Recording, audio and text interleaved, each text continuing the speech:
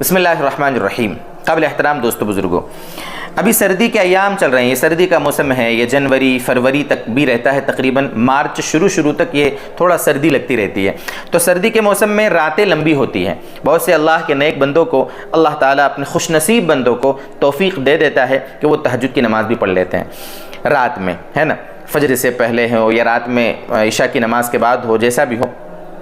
حدیث پاک میں دونوں طرح کی باتیں ہیں، لیکن رات میں سو کر اٹھ کر پھر تہجد پڑھنے کی فضیلت زیادہ ہے، اس لیے کہ تہجد کہتے ہی ہیں رات میں سو جانا پھر سو کر اٹھ کر نماز پڑھنا، وہ تہجد ہے۔ لیکن اگر کوئی مجبوری ہے، نہیں اٹھ سکتا ہے کوئی، اور وہ رات میں سونے سے پہلے بھی تہجد کی نیت سے پڑھ لے گا، تو حدیث پاک میں اس کو بھی تہجد کا ثواب ملنے کی بات کہی گئی ہے۔ خیر، اب اصل تو چونکہ سو کر اٹھ کر پڑھنے کا مسئلہ ہے۔ اب بہت سے لوگ کیا کرتے ہیں، فجر کی نماز کے لیے اٹھتے ہیں، تھوڑا پہلے اٹھتے ہیں اذان سے پہلے، ہے نا، اور اس وقت تہجد پڑھ لیتے ہیں اور سمجھتے ہیں کہ ہماری تہجد ادا ہو رہی ہے، حالانکہ یہ ایک بہت بڑی غلط فہمی ہے دوستو۔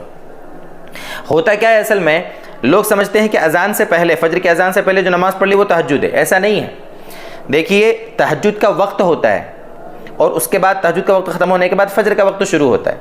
اب فجر کا وقت اگر شروع ہو گیا اور شروع ہونے کے 15 منٹ کے بعد مان لو فجر کی اذان ہوئی ہے، تو یہ 15 منٹ جو ہے یہ فجر کا وقت ہے، ٹھیک ہے، تہجد کا وقت نہیں۔ تہجد کا وقت تو اذان سے 15 منٹ پہلے ختم ہو چکا ہے۔ ہر علاقے میں الگ الگ وقت ہوتا ہے اذان کا، میں اس کے حساب سے بات کر رہا ہوں۔ تو ہمیں دیکھنا کیا چاہیے کہ ابھی تہجد کا وقت ہے کہ نہیں ہے۔ اس کے لیے بھائی ہر مسجد میں جنتری ہوتی ہے، اب اس کی فوٹو کو آپ اپنے گھر میں رکھ سکتے ہیں، بلکہ آج کل یہ ٹیکنیکل زمانے میں تو موبائل میں ایپس ہوتے ہیں جس میں اوقات الصلاح پریئر ٹائمز ہوتے ہیں، نماز کے اوقات ہوتے ہیں، اس میں آپ دیکھ لیں کہ نماز عشاء کی نماز کا جو ختم کا ٹائم کب ہے، عشاء کی نماز جب ختم کا ٹائم ہوتا ہے، عشاء کی نماز کا اینڈ ٹائم، وہ سمجھو تہجد کا بھی اینڈ ٹائم ہوتا ہے۔ اس کے بعد پھر فجر کا وقت شروع ہو جاتا ہے۔ اس لیے کوشش کریں کہ فجر کی نماز کا وقت شروع ہونے سے پہلے ہماری تہجد کی نماز پوری ہو جائے۔ فجر کی نماز کے وقت میں تہجد پڑھنا جائز نہیں ہے، اس لیے کہ آپ کو پتہ ہے کہ فجر کی نماز کا وقت جب شروع ہو جاتا ہے نا، تو اب کوئی بھی سنت نفل پڑھنا نہیں درست ہے۔ صرف فجر کی 2 رکعت سنت پڑھیں گے آپ اور فجر کی نماز پڑھیں گے۔ ہاں، قضا نماز وغیرہ دوسری نمازیں جو واجب ہیں وہ پڑھ سکتے ہیں، لیکن تہجد یا کوئی نفل سنت دوسری کوئی بھی پڑھنا اس وقت فجر کے وقت میں درست نہیں ہے، سوائے فجر کی 2 سنت کے۔ یہ ایک بہت اہم مسئلہ تھا وقت کے سلسلے میں، ٹھیک ہے۔ دوسرا مسئلہ یہاں پر یہ ہے کہ کتنی رکعت پڑھنا ہے۔ اگر تہجد پڑھنے کے اللہ توفیق دے دے تو اس کے لیے کوئی لمٹ نہیں ہے، آپ 2 رکعت پڑھیں، 4 پڑھیں، 6 پڑھیں، 8 پڑھیں۔